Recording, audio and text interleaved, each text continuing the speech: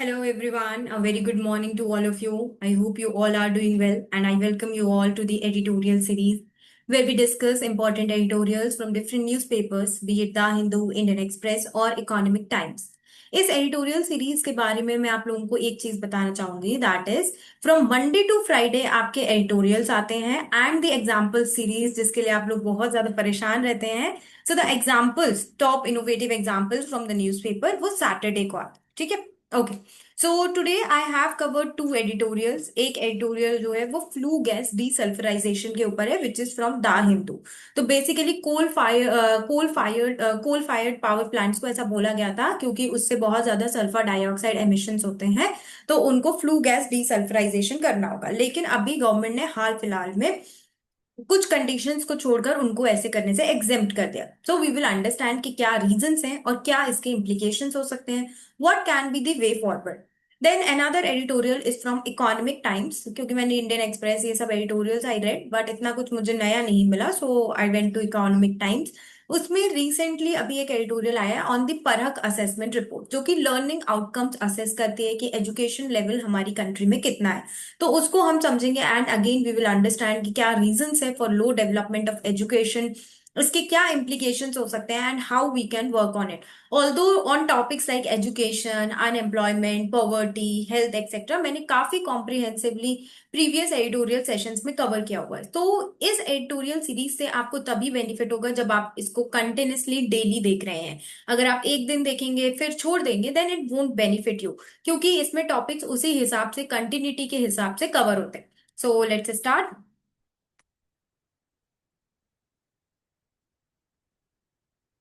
It's 14th of July today. तो आज हम देखते हैं क्या क्या एडिटोरियल्स हमको पढ़ने हैं. So the topic over here is smoke and sulphur. Okay. चलो. तो यहाँ पर another question that someone was asking in my Telegram group कि क्या मैं आंसर राइटिंग कराती हूँ या नहीं कराती हूँ.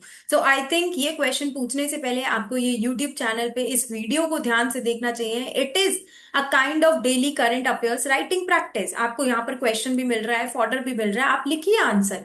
देन अनदर थिंग इज कि एज यू ऑल नो जो लोग काफी दिनों से कनेक्टेड है दे नो कि कंटिन्यूसली टॉपर सेशंस होते हैं जिसमें आंसर राइटिंग सेशंस हुआ करते हैं. तो दैट्स देयर. चलो. तो environment ministry has exempted most coal fired power plants in India from installing flue gas desulphurisation units. Flue gas desulphurisation क्या होगा? बेसिकली उस सल्फर डाइऑक्साइड एमिशन को ये रिड्यूस करेगा. तो क्योंकि कोल फायर्ड पावर प्लांट से काफी ज्यादा सल्फर डाइऑक्साइड एमिट होता है सो टू टैकल दिस ये एक टेक्नोलॉजी लेकर आए. लेकिन अभी एनवायरमेंट मिनिस्ट्री ने ज्यादातर कोल फायर्ड पावर प्लांट्स को इससे एग्जेम्प्ट किया है. So we need to understand what is the significance of this decision, इसके इम्प्लीकेशंस क्या है and what can be the way forward. तो ये तो हमने पढ़ लिया. अभी क्या हुआ कि एक 2015 का मैंडेट था जहां पर ऐसा बोला गया था कि 2017 तक सभी कोल फायर्ड पावर प्लांट्स को फ्लू गैस डीसल्फराइजेशन करना होगा. लेकिन गवर्नमेंट ने अब 25 में इस रूल से एग्जेम्प्ट कर दिया है जिसकी वजह से इसके ऊपर काफी डिबेट्स हो रहे हैं. तो फ्लू सबसे पहले क्योंकि बार बार ये टर्म आ रहा है फ्लू गैस डीसल्फराइजेशन. तो एज अ यूपीएससी एस्पिरेंट आपके दिमाग में हमेशा ये क्यूरियोसिटी होनी चाहिए कि आखिर ये फ्लू गैस डीसल्फराइजेशन होता क्या है. तो ये क्या होते हैं? बेसिकली पॉल्यूशन कंट्रोल डिवाइसेस होते हैं जो कि सल्फर डाइऑक्साइड को रिमूव करते हैं from exhaust flue gases of fossil power plants. Sulphur dioxide एक हार्मफुल गैस है जो कि रेस्पिरेटरी प्रॉब्लम्स होती हैं. सेकेंडरी पार्टिकुलेट्स और एसिड रेन में भी ये कंट्रीब्यूट करती है. ओके. अब यहाँ पर आपको जैसे सल्फर डाइऑक्साइड के बारे में आप पढ़िए कि क्या क्या सोर्सेज होते हैं सल्फर डाइऑक्साइड के एमिट करने के. ओके. देन जो डिफरेंट क्या कहते हैं हमारे जो एयर क्वालिटी स्टैंडर्ड्स हैं क्या उसमें सल्फर डाइऑक्साइड एक गैस है या नहीं है. It is your responsibility. अब मैंने आपको यहाँ पर पढ़ाया है, अब आप जाके इसके देखिए प्रीलिम्स में कैसे क्वेश्चंस आए हैं and you should try to understand. अब रिसेंट कॉन्टेक्स्ट क्या है? तो 2015 का मैंडेट था कि 2017 तक कोल फायर्ड प्लांट्स के बाद फ्लू गैस डीसल्फराइजेशन यूनिट होनी चाहिए. अभी करेंटली लेकिन क्या है? सिर्फ 8% ऑफ 600 यूनिट्स ने ही flue gas desulfurization system install किया है और जो कि मोस्टली अंडर एनटीपीसी है. लेकिन अब 2024 में गवर्नमेंट ने क्या किया कि मोस्ट ऑफ दी प्लांट्स को उन्होंने एग्जेम कर दिया एक्सेप्ट जो कि 10 किलोमीटर एनसीआर की रेडियस में हो. जिन सिटीज की पॉपुलेशन अगर 1 मिलियन से ज्यादा है तो वहां पर जो कोल फायर्ड पावर प्लांट्स है उनमें फ्लू गैस डीसल्फराइजेशन होना चाहिए. देन अगर कोई पॉल्यूशन हॉटस्पॉट में है these exempted plants must comply by 2028। जो भी पोल्यूशन हॉटस्पॉट में है, उसके अंदर 2028 तक फ्लू गैस डीसल्फराइजेशन होना चाहिए। ठीक है, अब रीजंस क्या क्या है? तो पहला रीजन है कि बहुत ज्यादा इंस्टॉलेशन कॉस्ट आ रही है।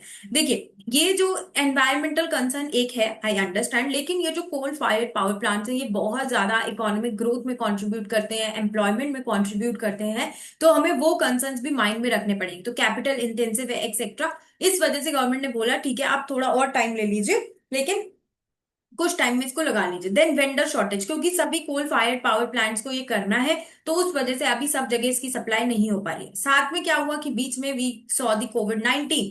ठीक है, 2019, 2020, 2021 तक इसके इम्पैक्ट रहे, तो उसने कोल इंडस्ट्री को काफी ज्यादा इम्पैक्ट कर दिया, जिसकी वजह से अभी इसको इम्प्लीमेंट करना थोड़ा सा टफ हो रहा है उनके लिए।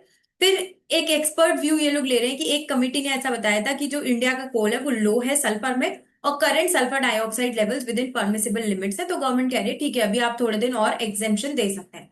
देन एक चीज और है, यहाँ पे ये बता रहे हैं कि sulphates from sulphur dioxide emissions, ये कूल द एटमॉस्फेयर। तो देखो, इनिशियली जो ये सल्फेट्स होते हैं ये रिफ्लेक्ट करते हैं, ठीक है, सनलाइट को, तो बस शॉर्ट टर्म कूलिंग इफेक्ट है, लॉन्ग टर्म में कोई सस्टेनेबल नहीं है। बट अभी के लिए गवर्नमेंट ये आर्ग्यूमेंट दे रही है। इम्प्लीकेशंस ऑब्वियसली इसके नेगेटिव इम्पैक्ट्स ही है। पब्लिक हेल्थ इम्पैक्ट होगी due to air pollution, different respiratory problems, particulate pollution होगा। एनवायरमेंटल इनइक्वालिटी है, क्यों? क्योंकि डिफरेंट स्टैंडर्ड्स है। कोई एनसीआर के 10 किलोमीटर में लोकेटेड है, उसके पास होना चाहिए। एनसीआर के 10 किलोमीटर में नहीं है तो नहीं होना चाहिए। ठीक है, 1 मिलियन पॉपुलेशन है तो होना चाहिए। तो बाकी मतलब अगर कहीं पे 50,000 पॉपुलेशन है या 1 लाख 2 लाख है, तो वहां के लोगों की हेल्थ मैटर नहीं करती है। देन साथ में क्या है, ग्लोबल इमेज। तो इंडिया की क्रेडिबिलिटी भी इस पे क्या कहते हैं, हैम्पर हो रही है, वीकन हो रही है, कि इंडिया अपना एनवायरमेंट गोल्स को कंप्लाई नहीं कर रहा है। ये वाली चीज मैं आपको समझा दी कि शॉर्ट टर्म में तो वो रिफ्लेक्ट करते हैं सनलाइट को, लेकिन लॉन्ग टर्म में ये कोई एडवाइजेबल क्लाइमेट मिटिगेशन स्ट्रेटेजी नहीं है। And this has been acknowledged by IPCC as well. Okay, तो वे फॉरवर्ड क्या हो सकता है कि आपने जो टारगेट बनाया था उसको आप इम्प्लीमेंट कीजिए। टाइम बाउंड अप्रोच में ग्रेडेड अप्रोच आप लगाइए, कि धीमे धीमे करके लगाएं। देन जो इंडस्ट्रीज है उनको अगर आप इंसेंटिवाइज करोगे क्लीन टेक्नोलॉजी लगाने के लिए, तो क्यों नहीं लगाएंगे? कि जो सबसे पहले लगा रहा है उसको कुछ इंसेंटिवाइज करेंगे, so definitely this will work. Then public health सबसे ऊपर आनी चाहिए। अगर लोग ही नहीं बचेंगे तो इकोनॉमिक ग्रोथ का हम करेंगे क्या? देन ट्रांसपेरेंट डिबेट होनी चाहिए। सो दैट इज कि जब भी इस तरह के कुछ मेजर डिसीजंस हो रहे हैं, प्रॉपर डिबेट्स डिस्कशंस करके ही इस तरह के डिसीजंस लिए जाएं। और ज्यादा रिसर्च एंड डेवलपमेंट कर सकते हैं, ताकि जो एक आर्ग्यूमेंट है कि इसकी हाई इंस्टॉलेशन कॉस्ट है, मे बी और ज्यादा रिसर्च एंड डेवलपमेंट करके कोई ऐसा सोल्यूशन आए जहां पे कम कॉस्ट पर इसको लगा जा सके। तो इकोनॉमिक ग्रोथ और एनवायरमेंटल सस्टेनेबिलिटी दोनों ही बैलेंस हो जाएंगे। अल्टीमेटली अगर इंडिया का जो ये एग्जेम्पशन है, ये दिखा रहा है कि इंडिया जो उसका पेरिस एग्रीमेंट के अंदर जो कमिटमेंट है वो डाइल्यूट हो रहे हैं, जहां पर उसने प्लेज किया था कि वो अपनी एमिशन इंटेंसिटी को रिड्यूस करेगा। So if we want to achieve the Paris Agreement goals, flue gas desulphurisation पे हमको वर्क करने की जरूरत है। Now let us move on to the next editorial which is about the परख असेसमेंट रिपोर्ट। तो यहाँ पर भी तो क्या है कि यहाँ पर बात हो रही है कि मल्टीपल रिफॉर्म्स गवर्नमेंट लेकर आई है। रिफॉर्म्स क्या है? जैसे कि आपका सर्व शिक्षा अभियान है, आपके एकलव्य मॉडल स्कूल्स हैं, you have the national education policy. Still एक लर्निंग क्राइसिस हमारे यहाँ है। तो इस कॉन्टेक्स्ट में रीसेंट फाइंडिंग्स हम देखेंगे और एक कॉम्प्रिहेंसिव वे फॉरवर्ड सजेस्ट करेंगे। तो इंडिया का जो स्कूल सिस्टम है, न्यूमरस रिफॉर्म्स हो गए, specially through the national education policy, जो कि फोकस कर रहा है कि फाउंडेशनल लिटरेसी हमें स्ट्रेंथन करनी है और न्यूमरेसी। लेकिन रीसेंट डेटा फ्रॉम परख क्या है, performance assessment review and analysis of knowledge for holistic development राष्ट्रीय सर्वेक्षण, ये अलार्मिंग गैप्स दिखा रहा है इन एक्चुअल लर्निंग आउटकम। तो बेसिकली एक्चुअल लर्निंग आउटकम्स क्या, जैसे कि एक थर्ड क्लास का बच्चा है, उसको 2 2 4 आना चाहिए, बट उसे नहीं आ रहा है। So that is a problem, क्योंकि 2 2 4 तो उसे फर्स्ट सेकंड क्लास में ही सिखा दिया गया है। की फाइंडिंग्स क्या है? तो सबसे पहले इसमें देखो 21 लाख बच्चे थे, ये बस आपके अंडरस्टैंडिंग के लिए है। 74,000 स्कूल्स के अराउंड, और 43% of class 6 students can not grasp the main idea in a simple text. तो ये क्या दिखा रहे हैं? This is a gap in learning outcome, कि एक सिंपल आपको एक पैराग्राफ या पैसेज दिया गया, उसमें क्लास 6 के 43% बच्चे नहीं समझ पा रहे कि उसका मेन आइडिया क्या है। Then 63% of class 9 students struggle with basic mathematics. तो प्रेटी इजी समझ आ रहा है। और इस तरह के कंसर्न्स पहले भी एसर या दूसरी रिपोर्ट्स ने हाईलाइट किए हैं, कि ऑल्दो बच्चा प्रमोट हो जा रहा है, 9th क्लास में आ गया है बच्चा, 7th 8th सब पढ़ के, लेकिन बेसिक मैथमेटिक्स उसकी अभी वीक है। रीजंस क्या क्या है? ओवर क्राउडेड स्कूल्स हैं, इनइफेक्टिव स्कूल्स हैं, high enrolment rates and teacher का हर बच्चे पे ध्यान नहीं होता है, जैसे कि one on one personalise mentorship में आपके मेंटोर का सभी पर ध्यान होता है, हर एक एक बच्चे की वीकनेस पर। लेकिन यहाँ पर इतनी ज्यादा स्कूल्स ओवर क्राउडेड हैं, इनइफेक्टिव है, इसलिए वो चीजें नहीं आ पाती हैं। देन मेजर फोकस ये लोग क्या कर रहे हैं कि अटेंडेंस पे है, कि बच्चे का स्कूल आना कंपलसरी है, वो कितना सीख रहा है, क्या कर रहा है, that is not the concern. Classroom reforms पे ज्यादा ओवर रिलायंस है रादर देन की लर्निंग आउटकम्स पे। देन साथ में क्या है कि सोशियो इकोनॉमिक डिस्पैरिटीज हैं। Students from educated house with digital access perform better. तो काफी लोग जैसे जो रिमोट एरियाज में रह रहे हैं, या जो इंटरनेट या मोबाइल फोन टैबलेट लैपटॉप्स ये सब अफोर्ड नहीं कर पाते, उनके पास डिजिटली एजुकेशन का एक्सेस नहीं है, जिसकी वजह से वो इतना अच्छा परफॉर्म नहीं कर पा रहे हैं। इंफ्रास्ट्रक्चर गैप्स हैं, inadequate school infrastructure, poor quality teaching staff, जैसे कि आपने कुछ कुछ मूवीज में देखा होगा जहां पे टीचर्स जो हैं वो स्कूल में बैठ के स्वेटर बुनते हैं या मटर छीलते हैं। तो इस तरह की चीजें हैं। Then inadequate school infrastructure, classrooms proper नहीं है, प्रॉपर वॉशरूम्स नहीं है, ये सब चीजें। हाँ, और सबसे बड़ी चीज जो है वो है रोट लर्निंग। ओके, तो मेजरली लाइक आपने ये मेजर कंसर्न है इंडिया में, जहां पे B it the parents B it the teachers, सीखने से ज्यादा रट लो, रटने पे फोकस किया जा रहा है। So that's an issue. फिर family background, school infrastructure, community support, ये सब भी मेजर फैक्टर्स हैं जो कि अफेक्ट करते हैं लर्निंग आउटकम। ये इम्प्लीकेशंस क्या क्या होंगे, तो सबसे पहले तो ह्यूमन कैपिटल क्राइसिस। अब जैसे कि अभी हमने 2-3 दिन पहले देखा था, 11 जुलाई को वर्ल्ड पॉपुलेशन डे था, उसमें हमने देखा था कि इंडिया जो है सबसे ज्यादा यूथ पॉपुलेशन हमारे पास है। लेकिन अगर वो यूथ पॉपुलेशन प्रॉपर एजुकेटेड ही नहीं होगी, तो उस डेमोग्राफिक डिविडेंड का हम करेंगे क्या? वो एक डेमोग्राफिक डिजास्टर बन जाएगा। देन ये इकोनॉमिक ड्रैग भी आएगा इससे, क्योंकि अगेन लो लर्निंग आउटकम्स है, प्रोडक्टिविटी कम है, इनोवेशन कम है, और ये जो यूथ है एम्प्लॉयबिलिटीज की है नहीं, तो वो क्या करेगा? It will indulge in crimes, it will indulge in illegal activities.